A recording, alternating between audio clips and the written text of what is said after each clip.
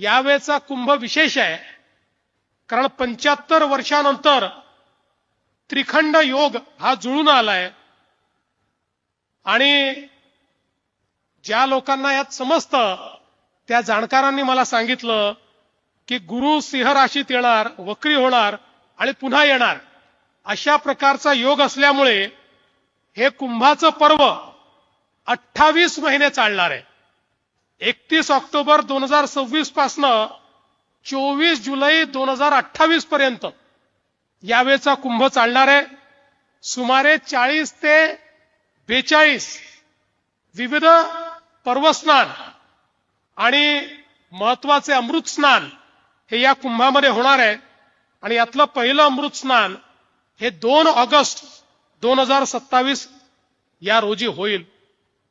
आपल्याला सगळ्यांना कल्पना आहे की यावेळी प्रयागराजला जो कुंभ झाला, या कुंभाने भारतामध्ये प्रधानमंत्री मोदीजींच्या नेतृत्वात सांस्कृतिक पुनर्जागरणाची जी एक मोहीम चाललेली आहे त्याचं प्रत्यंतर हे आपल्याला त्या कुंभमेळ्यामध्ये पाहायला मिळालं आणि जगातला सर्वात मोठा आस्थेचा महाकुंभ हा प्रयागराजला झालेला आपण बघितला।